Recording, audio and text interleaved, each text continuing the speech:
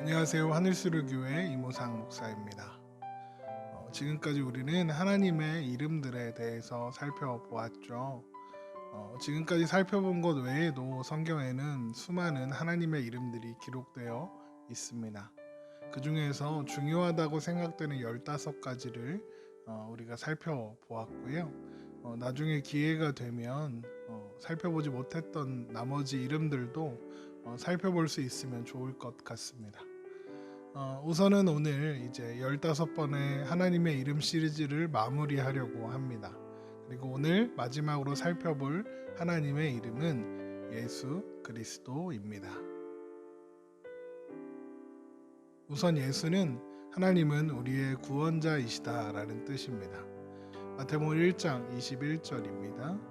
아들을 낳으리니 이름을 예수라 하라. 이는 그가 자기 백성을 그들의 죄에서 구원할 자이심이라 하니라. 이 이름은 구약 성경에서는 여호수아, 호세아 등으로 불리기도 했습니다. 그 이름이 그리스어 헬라어로 발음되면서 예수, 예수아라고 발음된 것이죠. 그 의미는 동일합니다. 유대인들은 오랜 세월 동안 다윗의 왕국을 재건하고 이방 민족인 로마의 압제로부터 벗어나게 해줄 구원자를 기다려 왔습니다. 그 구원자를 그들은 메시아라고 칭했는데 메시아는 기름 부음 받은 자라는 뜻입니다. 메시아가 헬라어 그리스어로 번역되어서 그리스도라는 이름으로 바뀌게 된 것이죠. 그래서 메시아, 그리스도는 같은 뜻인데 그 의미는 기름 부음 받은 자라는 뜻입니다. 성경에서 기름 부음 받은 사람들은 정해져 있습니다. 왕과 선지자, 제사장이 바로 기름 부음 받은 사람들이죠. 그래서 그들은 모두 메시아 그리스도입니다. 그들이 맡았던 역할과 모습들이 오실 메시아의 모형으로 주어지고 있는 것이죠. 그래서 오실 메시아 그리스도는 왕으로, 제사장으로, 선지자로 오셔야 하는 것입니다. 이사야 9장 6절입니다. 이는 한 아기가 우리에게서 낳고 한 아들을 우리에게 주신 바가 되었는데 그의 어깨에는 정사를 메었고 그의 이름은 기물자라 모사라 전능하신 하나님이라 영존하시는 아버지라 평강의 왕이라 할 것임이라. 이렇게 유대인들이 기대하고 고대하는 메시아는 왕으로 강력한 힘을 가지고 오는 메시아였습니다. 그런데 하나님께서 메시아를 보내셔서 제일 먼저 하시고자 했던 일은 자기 백성들을 죄에서 구하시는 것이었습니다. 그래서 그리스도는 예수셔야 했던 거죠. 유대인들이 기대했던 구원과 전혀 다른 것이죠. 그래서 이스라엘 사람들은, 유대인들은 예수님이 이 땅에 계실 때나 승천한 후에나 지금까지도 예수님을 메시아로 인정하지 않습니다. 왜냐하면 예수님은 유대인들이 기대하던 메시아가 아니었기 때문입니다. 유대인들은 자신들을 이미 구원받은 자로 여기고 있죠. 선택받은 사람들이니까요. 그래서 구원을 받을 필요가 없다고 생각합니다. 그래서 그들이 기다리는 메시아는 죄에서 구원하시는 영적인 분이 아니라 정치적인 해방을 이루어줄, 군사적이고 혁명을 일으켜줄 해방자, 혁명가, 정복자여야 했던 것이죠. 유대인들은 예수님께서 이 땅에 오신 진정한 목적이 우리를 구원하시기 위해서 우리를 죄의 짐에서 벗어나게 하시고 우리의 죄짐을 지고 죽으시는 하나님의 속죄제물로 어린 양으로 오셨다는 것을 이해하지 못했던 것이죠. 시편 22편은 다윗이 고난 가운데 하나님 앞에 부르짖은 기도의 노래가 기록되어 있습니다. 그런데 시편 22편은 그 이상의 의미가 담겨 있습니다. 장차 오실 메시아가 이 땅에서 받아야 하는 고난의 모습을 다윗의 삶을 통해서 보여주고 예언하고 있는 것이죠. 그래서 시편 22편 1절을 보면 내 하나님이여 내 하나님이여 어찌 나를 버리셨나이까 어찌 나를 멀리하여 돕지 아니하시오며 내 신음소리를 듣지 아니하시나이까 하였습니다. 이것은 예수님께서 십자가에서 엘리 엘리 라바 사막다니 라고 하셨던 그 말씀과 동일합니다. 또 시편 22편의 나머지 내용들도 예수님께서 당하신 고난을 분명하게 묘사하고 있고 그대로 다 성취되었습니다. 시편 22편 6절입니다. 나는 벌레요 사람이 아니라 사람의 비방거리요 백성의 조롱거리이니이다. 나를 보는 자마다 다 나를 비웃으며 입술을 삐죽거리고 머리를 흔들며 말하되 그가 여호와께 의탁하니 구원하실걸 그를 기뻐하시니 건지실걸 하나이다 라고 하였습니다. 예수님께서 십자가에 달리셨을 때 다들 뭐라고 했습니까? 비웃으면서 그가 남은 구원하였으되 자기를 구원할 수 없도다. 그가 이스라엘 왕이로다. 지금 십자가에서 내려올지라 그리하면 우리가 믿겠노라 하였습니다. 마태복음 27장 42절이죠. 그들은 예수님이 십자가에 못 박히시기 전에 신문할 때에 눈을 가리고 침을 뱉고 뺨을 때리면서 말했습니다. 그리스도야 우리에게 선지자 노릇을 하라. 너를 친 자가 누구냐 하더라. 마태복음 26장 68절이죠. 이렇게 예수님을 조롱하고 모욕했습니다. 이사야 11장을 보겠습니다. 이새의 줄기에서 한 싹이 나며 그 뿌리에서 한 가지가 나서 결실할 것이요 그 위에 여호와의 영 곧 지혜와 총명의 영이요 모력과 재능의 영이요 지식과 여호와를 경외하는 영이 강림하시리니 그가 여호와를 경외함으로 즐거움을 삼을 것이며 그의 눈에 보이는 대로 심판하지 아니하며 그의 귀에 들리는 대로 판단하지 아니하며 공의로 가난한 자를 심판하며 정직으로 세상의 겸손한 자를 판단할 것이며 그의 입에 막대기로 세상을 치며 그의 입술의 기운으로 악인을 죽일 것이며 공의로 그의 허리띠를 삼으며 성실로 그의 몸의 띠를 삼으리라 하였습니다. 여기 보면 이새의 줄기에서 싹이 나올 것이다 했습니다. 우리가 잘 아는 대로 이새는 다윗의 아버지입니다.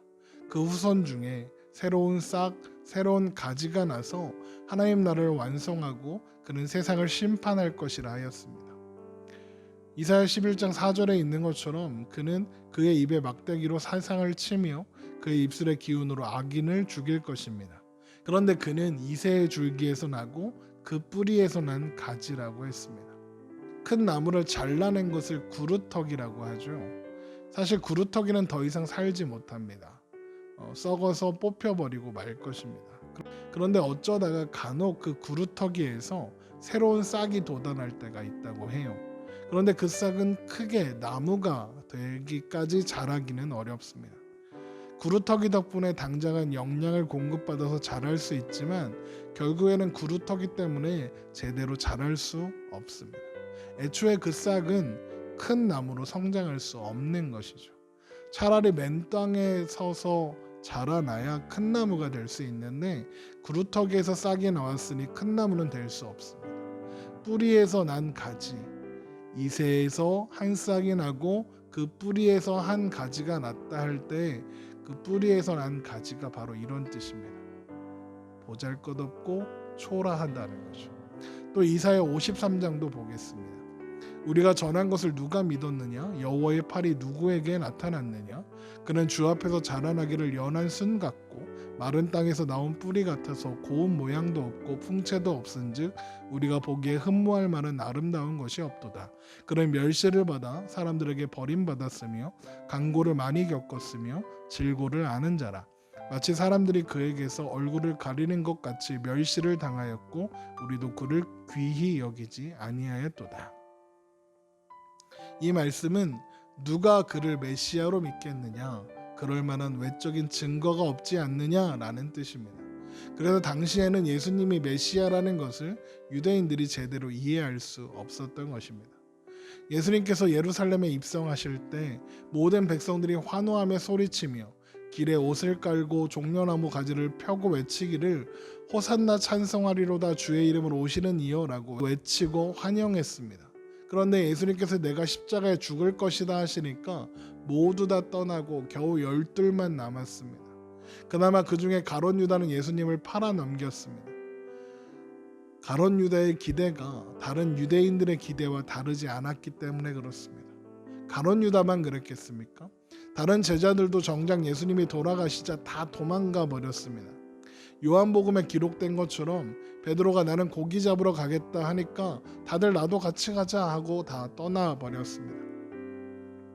예수님이 죽으신 뒤에 엠마오로 가던 두 제자가 있었습니다. 얼마나 슬픈 얼굴을 하고 떠나갔는지 알고 있죠. 부활하신 예수님께서 찾아오셔서 왜 그러냐고 물어보시는데도 깨닫지 못했습니다. 그러면서 당신은 예루살렘에서 일어난 큰일을 모릅니까? 우리가 슬퍼하는 까닭을 모릅니까? 그러면서 그들이 믿었던 스승의 죽음을 이야기했습니다. 그래서 예수님께서 가르쳐 주셨습니다. 이 바보들아, 내가 먼저 와서 고난을 당하고 너희 죄를 사하기 위해서 죽어야 한다는 것을 성경이 계속 이야기했고 나도 그렇게 가르쳤는데 아직도 모르면 어떡하냐 이 바보들아, 이렇게 말씀하신 거죠. 그 말을 들을 때 그들의 눈이 열리고 깨달아서 돌아오게 되었다. 그것이 누가복음 24장에 기록된 엠마오로 가는 두 제자의 이야기입니다. 여러분, 우리는 먼저 죄로부터 해방받아야 합니다. 그 일을 위해서 하나님은 예수 그리스도 그 이름으로 이 땅 가운데 찾아오신 것이죠. 그러나 그 일은 우리가 우리의 스스로의 힘으로는 할 수 없었습니다. 그래서 예수님이 찾아오신 것입니다. 예수님은 처음부터 죽으러 오셨습니다. 우리를 가르치고 달래고 해보시다가 어쩔 수 없어서 안 되니까 도대체 답이 안 나오니까 어쩔 수 없이 십자가를 지신 게 아니라 예수님은 계획하셨던 것이 잘 안 돼서 억지로 죽임당하신 것이 아니라 처음부터 죽임당하러 오신 것입니다. 그래서 세례 요한이 예수님을 처음 목격하고 뭐라고 합니까? 보라, 세상 죄를 지고 가는 하나님의 어린 양이로다. 그렇게 선언했던 겁니다. 예수님은 처음부터 우리를 위하는 속죄 제물로 이 땅 가운데 오셨던 것입니다. 그래서 우리는 예수님께서 왜 오셨는가 이것을 분명하게 기억하고 확인해야 합니다. 이사야 53장 4절을 보겠습니다. 그는 실로 우리의 질고를 지고 우리의 슬픔을 당하였거늘 우리는 생각하기를 그는 징벌을 받아 하나님께 맞으며 고난을 당한다 하였노라. 그가 찔림은 우리의 허물 때문이요 그가 상함은 우리의 죄악 때문이라. 그가 징계를 받음으로 우리는 평화를 누리고 그가 채찍에 맞음으로 우리는 나음을 받았도다. 우리는 다 양 같아서 그릇 행하여 각기 제 길로 갔거늘 여호와께서는 우리 모두의 죄악을 그에게 담당시키셨도다. 우리는 예수 그리스도의 죽음으로 하나님의 자녀가 되었고 그의 다시 오심 재림을 기다리는 사람들입니다. 우리는 예수님의 오심을 빌미로 세상의 어떤 지위나 보상을 요구하는 사람들이 아닙니다. 우리의 보상은 예수 그리스도 그 이름 자체에 있으니까요. 우리가 그 이름 때문에 구원받아 그래서 모든 것을 받게 되었으니까요. 그 이름 안에 우리의 소망이 있는 것입니다. 보잘것없는 모습으로 연약한 모습으로 찾아오셔서 고난당하신 예수 그리스도 그 이름으로 말미암아 우리는 새 사람이 되었습니다. 주기철 목사님의 겸손하게 하소서라는 기도시가 있습니다. 그 기도시에는 이런 고백이 있죠. 왕이신 예수님께서 낮고 천한 사람이 되어 이 땅에 오셨고 오시되 왕후장상으로 전옥루에 오시지 않고 지극히 미천한 사람으로 오셨습니다. 그 고백처럼 예수님께서 우리를 위해 낮은 자리로 구유에 찾아오신 것입니다. 그의 약하심이 우리를 우리의 약한 데에서 구원하였고 그의 외면당하시고 고통당하시고 핍박당하신 것이 우리를 외면과 고통과 핍박의 자리에서 구원해 내셨습니다. 그리고 그 안에 그 이름 안에 우리의 소망, 우리의 기쁨, 우리의 확신, 우리의 자랑이 있는 것입니다. 예수 그리스도 그 이름, 우리가 마지막으로 살펴보는 하나님의 그 이름 때문에 우리는 소망이 있습니다. 우리가 살아갈 이유 또한 거기에 있습니다.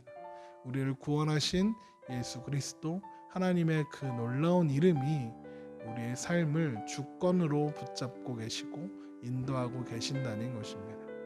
우리를 사랑하사 우리를 위하여 십자가에 죽으시고 다시 살아나셔서 우리의 왕으로 우리의 영원한 통치자로 우리의 영원한 아버지로 계시는 예수 그리스도 그 이름을 기억하며 우리의 주님 되시는 예수 그리스도 그 이름을 기억하며 믿음으로 살아가는 우리가 되기를 주님의 이름으로 축원합니다.